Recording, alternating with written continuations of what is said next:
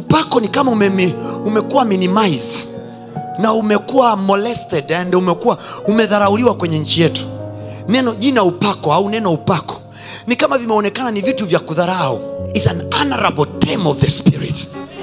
It's the heavenly materiality. Yes. It's the heavenly electricity. Yes. Where there is no power, it shows power. Yes. Where there is darkness, it shows light. Yes. Where there is emptiness, it brings stuff coming. Yes.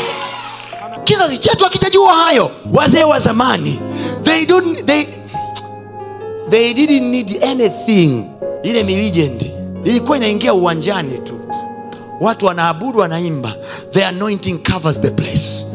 When the anointing is covering the place, watu walio na vishungi vya miguu hawawezi kutembea. Suddenly miguu kocho, wheelchairs zinanyanyuka juu. Yes. Magongo yanatupwa chini. Yes. Why them oh boy. One day Pastor Benny Hinn anajiandaa kwenda kwenye mkutano Brazil.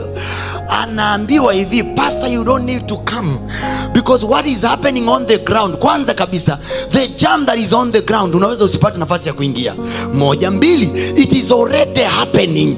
Jamaa hajaingia uwanjani bado, the Holy Spirit took over the ground. Yes.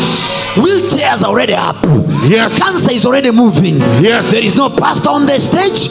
There is no preacher on the stage. Yes. The whole night miracles everywhere. Yes. The man couldn't preach. Yes. Kwa sababu kila kitaka kuanza kuhubiri wanamwambia, Pastor, there is a miracle over here. Yes. Wakimwambia tena, Pastor, there is another miracle there. Yes. The man, he was watching it as he was coming into the service. He was just given the news. And the Holy Spirit told him, this is my crusade, it's not yours. Stay home and let me do my work. Anointing, it differentiates us with other people. Anointing of the Holy Spirit, anaibeba yeye Roho Mtakatifu. Ni nguvu yake. Upako ni nini? Ni nguvu ya Mungu ndani ya mtu. Ni nguvu ya Mungu ndani ya kitu. Ni nguvu ya Mungu ndani ya muamini. Ni nguvu ya Mungu ifanyayo kazi, haionekani kwa macho. Upako sio mafuta, upako sio maji, upako ni nguvu. Nguvu haionekani kwa macho. Mafuta ni conduit to of anointing. Mafuta ni kama nyaya zinazopitisha umeme. Maji ni kama nyaya inavyopitisha umeme. Yes. Lakini umeme sio nyaya. So, mafuta ni mabaya? No. Kwa sababu hakuna umeme bila waya. Tafuta chupa yako moja pale nyumbani kama unayo.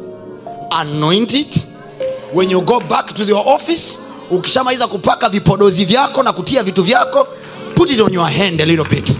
And say, my hands are anointed to make money today. Yes.